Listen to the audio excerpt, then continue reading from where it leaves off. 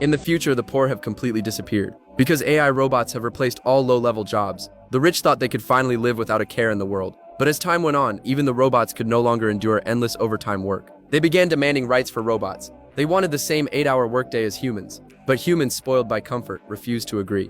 As a result, a full-scale war between humans and robots erupted. Once the war began, humanity realized that with their flesh and blood bodies, they were no match for the robots. The Allied forces were pushed back on every front. At the critical moment, a scientist named Ethan entered the conflict and finally turned the tide of the war. He invented a remote control device. As long as humans wore the controller, they could remotely control combat robots on the battlefield. With bodies of steel, humans relied on their extensive combat experience and ultimately won the war.